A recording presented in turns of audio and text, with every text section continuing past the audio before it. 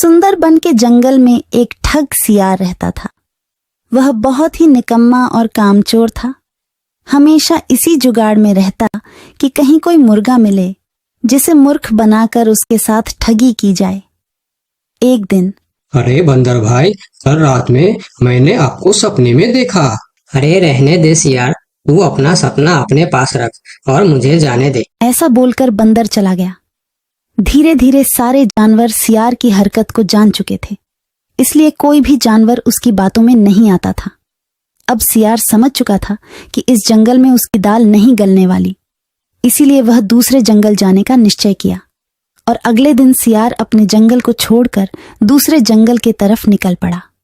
दूसरी जंगल में पहुंचते ही दिन भर जंगल का जायजा लिया और शाम होते ही एक गधे को देख उसके पास गया और रुककर बोला, गधे भाई, मैं इस जंगल में नया आया हूँ और शाम भी ढल चुकी है। क्या मुझे एक रात रुकने के लिए आपके पास शरण दे सकते हो? हाँ हाँ, क्यों नहीं। अभी तो तुम इस जंगल में नए हो और हमारे लिए मेहमान हो, और मेहमान तो भगवान के समान होते हैं। ऐसे कहते हुए गधे ने सियार को अपने पास रोक लिया और उसे सम्मान के साथ भोजन कराया।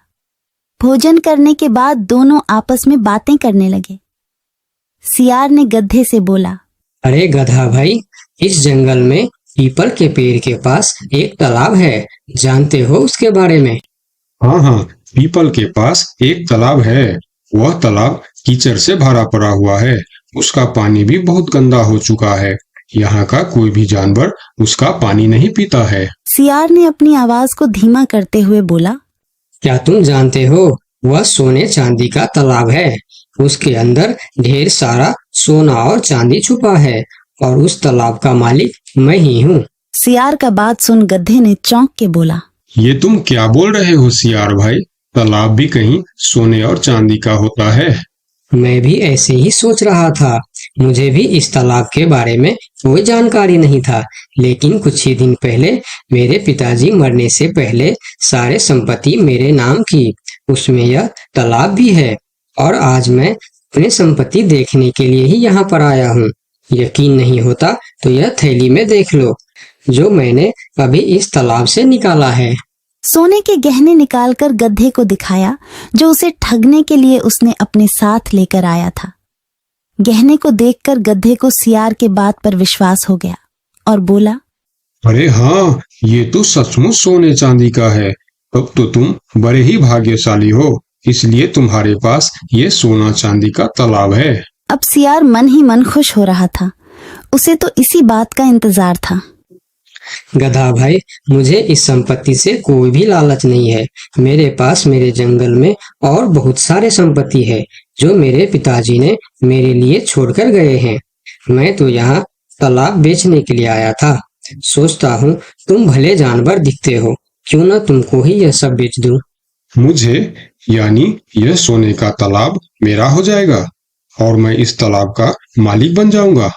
बेचारा भोला भाला गदहा सियार की चिकनी चुपड़ी बातों में बहुत आसानी से आ गया और गधा सियार से सोने का तालाब खरीदने को तैयार हो गया। दोनों के बीच 4 सिक्कों का सौदा तय हुआ। ठीक है सियार भाई, मैं अभी जाकर हिरन के पास से 4 सिक्का लेकर आता हूँ। मेरे पास अपना घर न होने के कारण मैं अपनी सारी कमाई हिरन के पास ही रखता हूँ, और जब भी मुझे जरूरत पड़ता है मैं उससे ले लेता हूँ। ठीक है गधे भाई, लेकिन ध्यान से, जंगल में किसी को इस बात का पता नहीं चलना चाहिए, वरना जंगल के सारे जानवर मेरे पीछे ही पड़ जाएंगे। ऐसा बोल सियार गधे को भेज देता है और गधा हिरण के पास जाकर अपना सिक्का मांगता है। गधे भाई, घर में सब ठीक तो है ना? आज आपको अचानक से 4 सिक्कों का क्या जरूरत पड़ गया? अरे वह अपने जंगल में जो तालाब है ना, मैं उसे खरीद रहा हूँ। तालाब खरीद रहे हो? क्या करोगे तुम तालाब खरीद के? तालाब का तो पता नहीं, लेकिन उसमें जितना सोना चांदी है वह सब मेरा हो जाएगा। तालाब में सोना? ये तुम क्या बोल रहे हो भाई? मुझे तो कुछ भी समझ में नहीं आ रहा है। मुझे डर है कि तुम कहीं कोई परेशानी में ना आ जाओ। देखो, तुम मुझसे कुछ भी मत छुपाओ। क्या बात है, साफ साफ बताओ मुझे। हमारे जंगल में एक बहुत ही अमीर सियार आया है। ढेर सारी संपत्ति है उसके पास। और तो और हमारे जंगल में जो तालाब है ना, जिसे हम लोग गंदा नाली समझकर उसका पानी भी नहीं पीते हैं, उस तालाब में ढेर सारा सोना और चांदी है। उसने तो मुझे उस तालाब से सोने का गहना भी निकाल कर दिखाया है। उसी तालाब को मैं खरीद रहा हूँ। हम दोनों के बीच 4 सिक्कों का सौदा हुआ है। मुझे तो वह सियार मूर्ख ही मालूम पड़ता है जो इतने सस्ते में सोने का तालाब बेच रहा है। मूर्ख वो नहीं, मूर्ख तुम हो। भला तालाब भी कोई सोने चांदी का होता है? अरे गधा भाई, तालाब से पानी निकलता है, सोना नहीं। मैं भी ऐसे ही सोच रहा था, परंतु उसने मुझे सोने निकाल कर भी दिखाया। गधे भाई, मुझे वह कोई ठग मालूम पड़ रहा है जो तुम्हारे आंखों में धूल झोंक कर तुम्हें झांसा दे रहा है। मैं एक तरकीब बताता हूँ जिससे दूध का दूध और पानी का पानी हो जाएगा। कौन सा तरकीब हिरन भाई?